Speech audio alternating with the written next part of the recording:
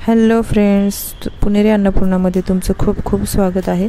तर आषाढी स्पेशल आज आपण बनवणार आहोत उपवासासाठी काही वेगळा पदार्थ जो मुलंही खूप आवडीने खातील आणि तेच पदार्थ उपवासाचेच बनवून कंटाळा येत असेल तर हा पदार्थ नक्की ट्राय करून बघा। 10 मिनिटात तयार होणारा हा असा पदार्थ आहे आणि स्नॅक्स म्हटले तरी चालेल। तर चला व्हिडिओला सुरुवात करूया। सगळ्यात आधी आपण एका बाउलमध्ये 1/3 कप साबुदाणा घेतला आहे आणि नंतर एक अर्धा कप आहे ना त्याच्यामध्ये वरई घेतलेली आहे आणि हे दोन्ही पण म्हणजे प्रमाण यांचं जे आहे ना ते असंच हवं आहे, म्हणजे साबुदाणा थोडा कमी हवा आहे आणि वरई आपल्याला जरा जास्त घ्यायची। जर थोडं प्रमाण साबुदाण्याचं जरी वाढलं तरी चिकट होऊ शकतं, म्हणजे थोडं बिघडू शकतं। तर वरई आणि साबुदाणा हा आपल्याला छान असा भाजून घ्यायचा आहे। नंतर त्याचं फाईन असं बारीक पीठ करून घ्यायचं आहे, मिक्सरमध्ये काढलं तरी चालेल। आणि हे असं रवाळ पीठ दिसतं, म्हणजे खूपच बारीक पण नाही करायचं, कारण त्याने खूप असे खुसखुशीत होणार आहेत आपले हे पॅटीस। आणि मी एक कढईमध्ये आता 2 चमचे तेल टाकलेलं आहे आणि त्याच्यामध्ये नंतर जिरे टाकले आहेत। जिरे तुम्हाला पूर्णपणे ऑप्शनल आहेत, काही ठिकाणी जिरे उपवासासाठी खात नाहीत, तर मी इथे जिरे वापरते। आणि हिरवी मिरची टाकते, जी फक्त मीठ घालूनच बारीक केलेली आहे। तर हिरवी मिरचीची पेस्ट घालायची किंवा तुम्ही हिरवी मिरचीचे तुकडे जरी वापरले छोटे छोटे तरी चालतील। आणि 1 कप मी इथे पाणी टाकलेलं आहे, कारण 1 कप सफिशियंट आहे त्या मिश्रणाला पाणी। आणि थोडंसं चवीपुरतं इथे मीठ टाकलेलं आहे आणि थोडी कोथिंबीर वरून भुरभुरलेली आहे आणि ते पूर्ण मिश्रण हलवून घ्यायचे आहे। आणि कमीच गॅसवर थोडीशी उकळी आली की त्याच्यामध्ये आपण हे पीठ सगळं ओतून घेणार आहोत, कारण ह्या पिठीला थोडं वाफवून जर घेतलं ना तरच हा पदार्थ खूप छान आणि खुसखुशीत आणि चटपटीत होणार आहे। तर हे बघा, तुम्ही पाहू शकता की हे पूर्ण पाणी असं ऑब्झर्व करून घेतलेलं आहे ह्या पिठाने। आणि याच्यामध्ये जर तुम्हाला असं वाटलं असेल की खूपच कोरडं झालं असेल तर फक्त 2 ते 3 चमचे गरम पाणी याच्यामध्ये तुम्ही टाकायचं आहे। हे माझं बॅटर पूर्ण रेडी आहे आणि याला एक 5 मिनटं फक्त वाफ आणून द्यायची आहे, 2 मिनटं वाफ आणली तरी चालेल। आणि ही बघा, ही अशी छानपैकी अशी वाफ आलेली आहे, जेणेकरून ते आतलं जे हे मिश्रण आहे ते थोडंसं शिजेल आणि आपण पॅटीस केली की ती खूप छान आतून खुसखुशीत होतील। तर हे मिश्रण मी ताटात ओतून घेतलेलं आहे, पण ते खूप गरम असल्यामुळे मी एका स्मॅशरच्या साहाय्याने हे जरा मिक्स करून घेत आहे, जरा बारीक करून घेणार आहे, जेणेकरून ते फ्लफी पण होईल आणि व्यवस्थित मिक्स होईल त्याच्यामधली मिरची, कोथिंबीर आणि जिरेसुद्धा। तर मी उकडलेला बटाटा घेतला आहे, तुम्ही 1 बटाटा सफिशियंट आहे याच्यासाठी, किंवा तुम्ही 2 छोटे बटाटेही वापरू शकता। आणि एका बारीक किसणीने हा बटाटा छान असा किसून घेतलेला आहे। पूर्ण बटाटा टाकायचा आहे, जेणेकरून या मिश्रणाला बाइंडिंगपणा येईल, म्हणजे हे पूर्ण मिश्रण आपल्याला हाताने पूर्ण बाइंड करता येईल, व्यवस्थित आकार घेता येईल। नंतर आपण याला छान असं मिक्स करून घ्यायचं आहे। थोडंसं हे मिश्रण चिकट राहतं, कारण याच्यामध्ये साबुदाणा, म्हणून तुम्हाला सांगितलं की साबुदाण्याचं प्रमाण जास्त नाही ठेवायचं। हे बघा, अशा प्रकारे हे थोडंसं तेल लावून आपण हा गोळा असा बनवून घ्यायचा आहे। हाताला थोडंसं तेल लावून घ्यायचं जर तुम्हाला चिकट वाटत असेल तर।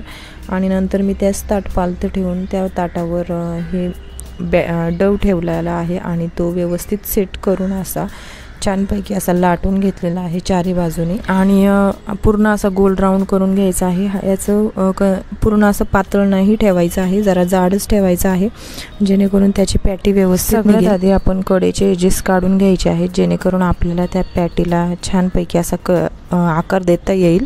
आणि सुरीला थोडंसं चिकट तुम्ही लागलं तर त्या सुरीला तेलसुद्धा लावू शकता, जेणेकरून सुरीला ते बॅटर चिकटणार नाही। आणि हे अशा प्रकारे मी छान असे आकार करून घेतलेला आहे, आकार देऊन घेतलेला आहे। आणि हे कडेचे एजेस आपण पूर्ण काढून टाकणार आहोत आणि हे ते नंतर आपण सेपरेट तळणार आहोत। तर तुम्हाला दाखवण्यासाठी मी हे असे पॅटीज वगैरे काढून घेतले, मधून फक्त एकच कट दिलेला आहे। तुम्ही कोणत्याही आकारामध्ये ह्या पॅटी काढू शकता, त्रिकोणी आकारामध्ये सँडविच सारखं जरी तुम्ही काय केलं तरीही चालेल। खूप छान असा हा पदार्थ आहे, जो मुलांनाही इतर वेळेस खूप आवडेल, स्नॅक्ससाठी पण छान आहे। आणि उपवासाच्या दिवशी जर सारखी खिचडी आणि तेच वरईचा भात जर करून कंटाळा आला असेल तर आपल्याला हा पदार्थ खूपच छान आहे, वेगळा आहे, चवीलाही इतका छान खुसखुशीत लागतो आहे। तर मी अगोदरच तेल गरम करून घेतलं आहे आणि त्याच्यामध्ये 2 पॅटी टाकलेल्या आहेत आणि यासाठी लो गॅस ठेवायचा नाही आहे, मीडियम गॅसवरच तळायचे आहेत। एकदम लो गॅसवर तेल पिऊ शकतात ते, तर पण या पॅटी अजिबात तेल पित नाहीत मीडियम गॅसवर जर तुम्ही तळलं तर। आणि खूप छान असं दिसायलाही खूप छान अशा सुरेख दिसतात आहेत। तर हे बघा अशा प्रमाणे मी या पॅटी काढलेल्या आहेत, कोण म्हणणार नाही या उपवासाच्या पॅटी आहेत। मी इथे दुसऱ्यांदाही टाकलेलं आहे, व्यवस्थित असे छान असे तळून घेतलेले आहेत, तुम्ही पाहू शकता। कलर पण किती छान आलेला आहे, त्याच्यामध्ये कोथिंबीर वगैरे टाकलेली आहे त्याच्यामुळे, आणि आवाजही पाहू शकता तुम्ही किती क्रिस्पी आणि कुरकुरीत झालेले आहेत हे। तर आपण आता चटणी करून घेऊया। तर याच्यामध्ये मी 2 चमचे दाण्याचा कूट टाकलेला आहे। तर तुम्ही शेंगदाणेही थोडेसे भाजून घेऊ शकता, पण आपल्याला इन्स्टंट करायचं आहे त्याच्यामुळे आपला वेळ पण वाचावा म्हणून दाण्याचा कूट म्हणजे शेंगदाण्याचा कूट जरी टाकलं तरीही चालेल।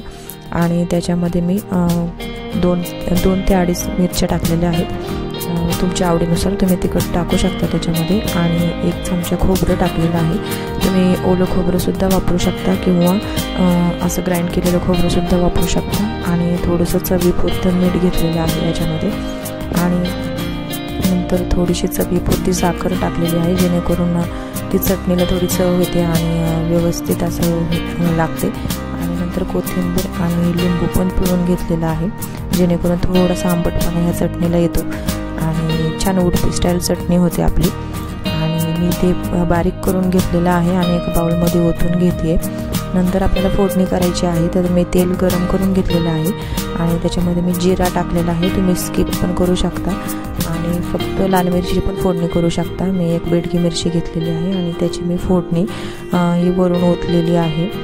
तर खूप छान प्रकारे असा तडका बसतो याला आणि चव पण खूप छान लागते या चटणीची। तर तुम्ही याच्याबरोबर दहीसुद्धा घेऊ शकता, मी दहीसुद्धा सर्व केलेलं आहे। तर चला, तुम्ही चॅनलवर नवीन असाल, माझा हा व्हिडिओ कुणाला आवडला असेल तर नक्की लाईक करा आणि चॅनलवर नवीन असाल तर सबस्क्राईब करा।